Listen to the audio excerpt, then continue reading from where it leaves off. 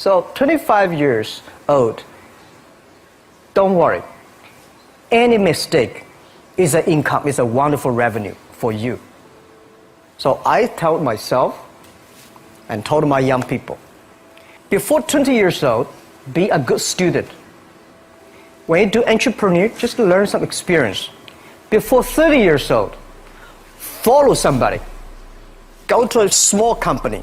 Normally in a big company, it is good to learn processing. You are a part of a big machine. But when you go to a small company, you learn the passion, you learn the dreams.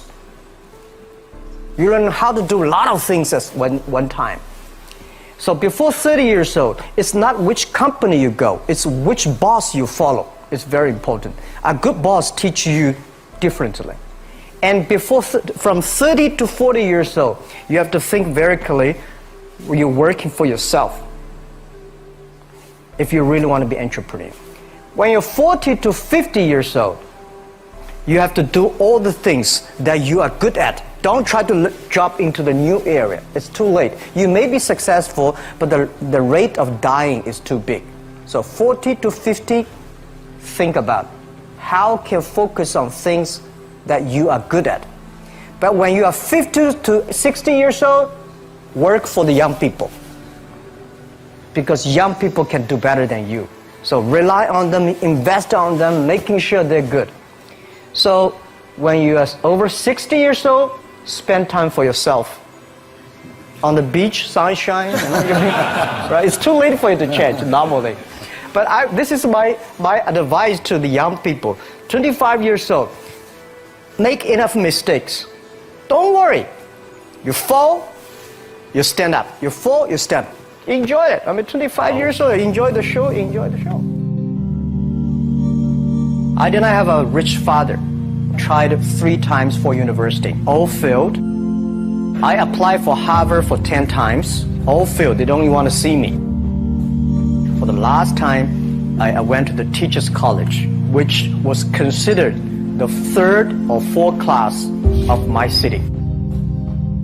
So I applied jobs for 30 times, got rejected. It was so difficult at that time. I was so frustrated because I taught in the university. My pay was $10 a month.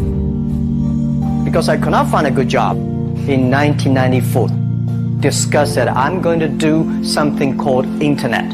And 23 of them against it. They said, this is a stupid idea. We have never heard about internet. And you know nothing about computer. And I never thought I was smart. Nobody believed that I could be successful. Because everybody say, well, this guy think differently, think crazily. You know, they think about something never work. I tried to borrow $3,000 from the banks. Took me 3 months, but I still cannot get it. We talked to over 30 or 40 venture capitalists. Everybody said, no, forget it. A lot of people said Alibaba is a terrible model. As I said, I believe it. I think this thing could be big. I never thought it would be that big like today. But I believe that something is waiting for me there. And I have to work hard to prove myself. That was the tough experience.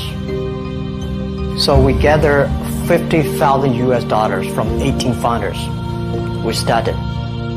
For the first 3 years, we did not have even $1 revenue from our business. It was not easy. Why it keeps going ahead, going forward? Because I received lots of email of thanks from the customer. They say, this is such a great thing. We cannot pay you, but this thing helped us. If you keep on helping us, one day you will be successful. And I believe this. Little by little, we build up our business. Little by little, we build up our ecosystem of the infrastructure. And now, after 16 years, we have an Alibaba group, we have a Tmall group, we have a Taobao group, we have an Alipay. And people said, you are so smart. How could you make a company like that? Bill Gates, Warren Buffett, Jack Welch, Larry Page, Mark Zuckerberg. The difference between those people and other people, they are always optimistic for the future. They never complain. They always try to solve the problems of the others. When you're optimistic, it's always opportunity.